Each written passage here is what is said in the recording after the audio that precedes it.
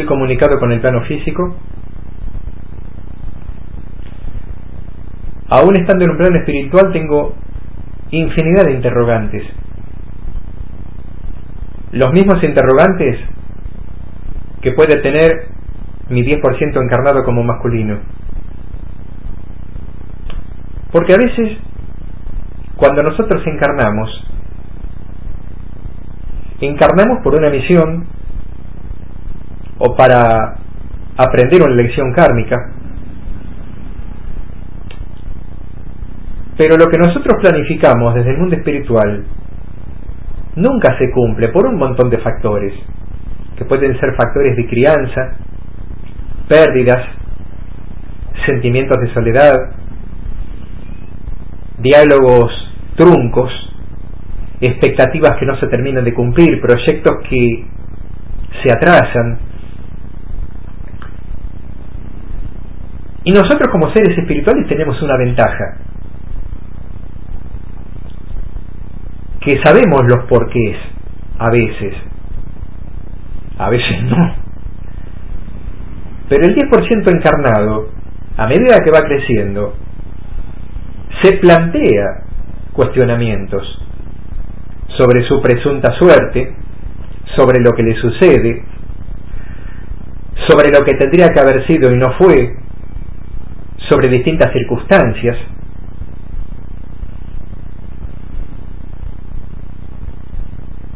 Y no solamente incorporamos engramas, sino también que incorporamos o sacamos a reducir nuevos roles de ego.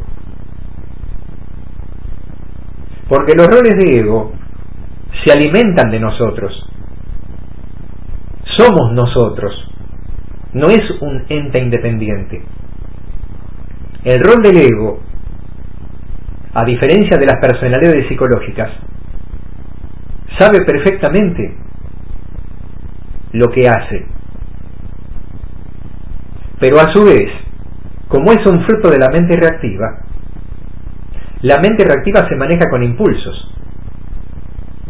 Entonces, el rol del ego puede abrevar de la mente reactiva para conducirse por impulsos, pero también puede abrevar de la mente analítica para hacer pensar a la persona que ciertas cosas no las va a lograr, que ciertas cosas no merece comunicarlas, que ciertas cosas debe guardarlas para sí. Y son muy pocos los seres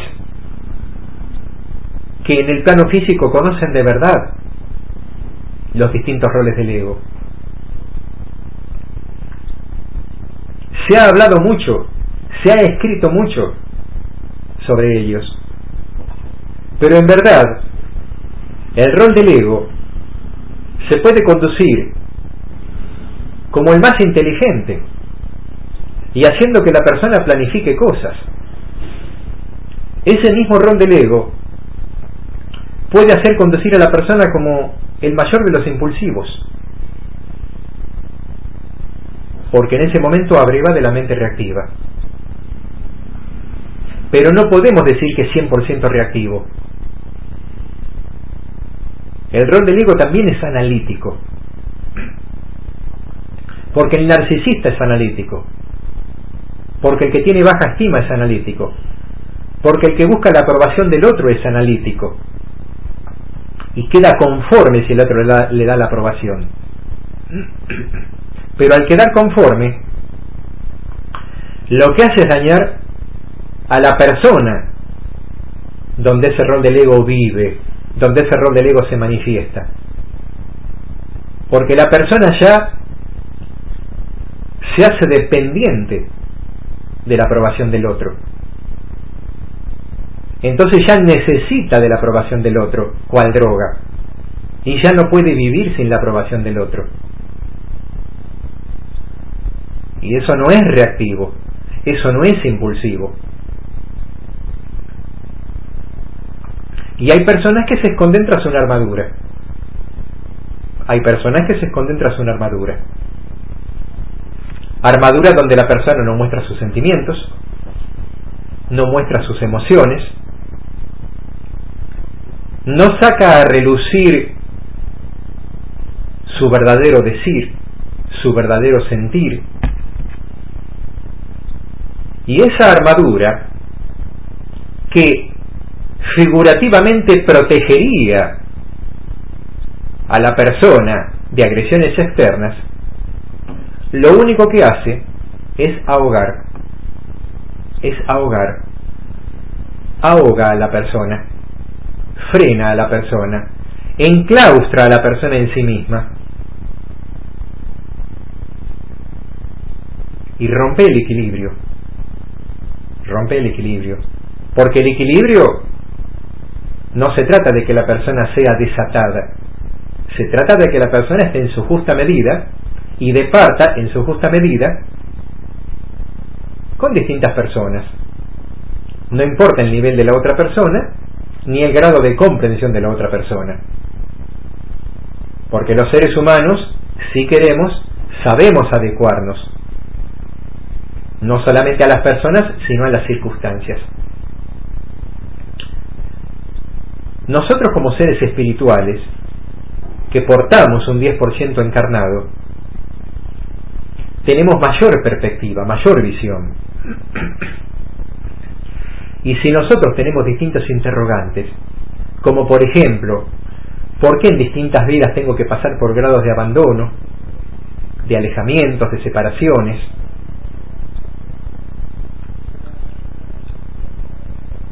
¿Por qué a veces en distintas vidas, aún siendo otras las circunstancias, aún siendo otras las épocas, a veces las vivencias son parecidas, como que tienen similitudes, salvando las distancias, lo aclaro, porque las épocas son distintas? Que ahora hay cosas más sutiles, no tengo ninguna duda, pero la sutileza en ese caso no está disfrazando la barbarie que hay abajo en algunos seres. Antes directamente no había ninguna sutileza de barniz para disimular las grietas de la barbarie. La barbarie quizás sea la misma, y ahora hay una sociedad que nos rodea que pinta las grietas con barniz.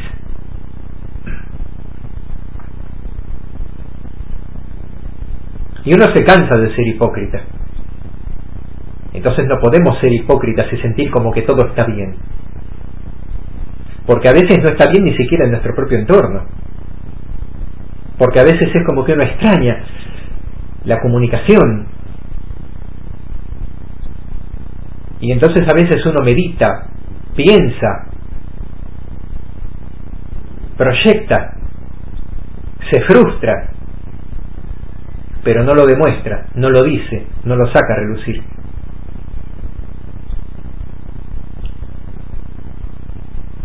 Por supuesto que hay cosas que gratifican.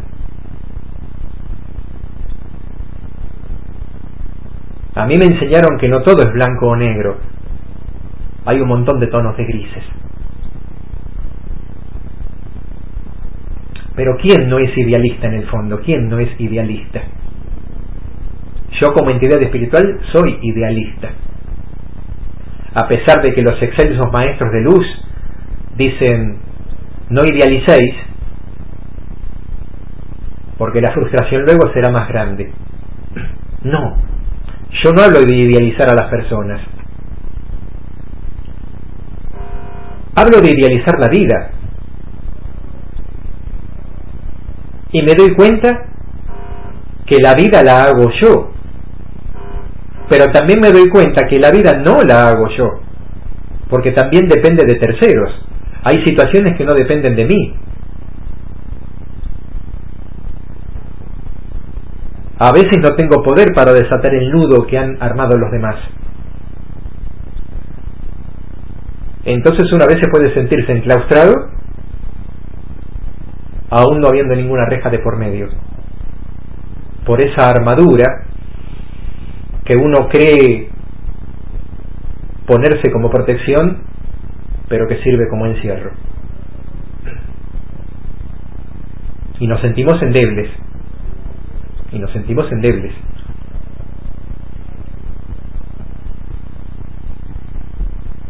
Porque uno, en la mayoría de las vidas, se hace una sumatoria.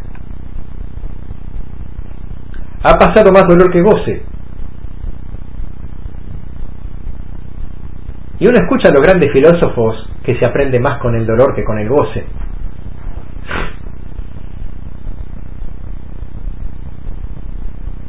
Pero porque el ser encarnado tiene esa falencia de que aprende más con el dolor que con el goce. Por eso yo pienso en otro tipo de idealismo, donde se pueda aprender desde la felicidad, no desde la angustia, no desde el desamor, no desde la incomunicación.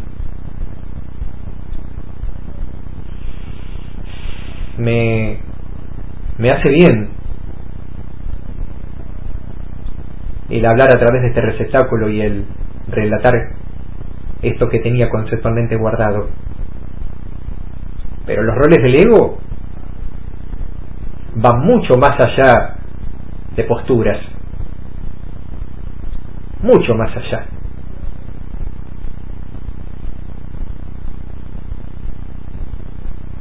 Es cierto que muchas veces no somos reactivos,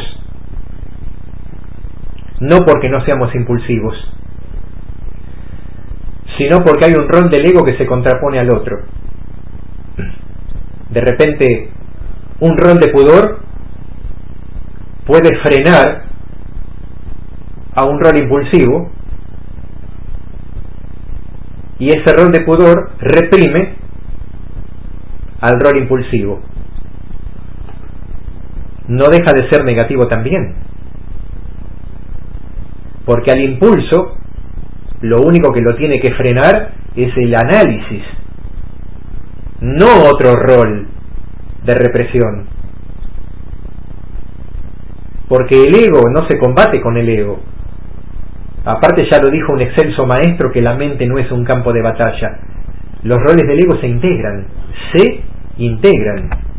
para que quede la mente analítica, plena, libre, y el ser encarnado quede libre, no con condicionamientos. Y he percibido en distintas vidas que hay roles que frenan a otros, y generalmente son roles represivos que frenan a los roles impulsivos, sin contar a la otra mente, que es la mente depresiva. La mente depresiva, donde la persona deja de lado sus anhelos, sus sueños, sus proyectos, y puede hasta caer en el error de montar en la indiferencia.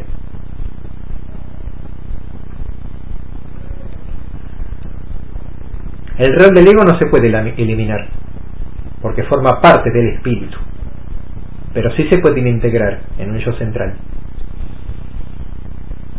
Eso es lo ideal.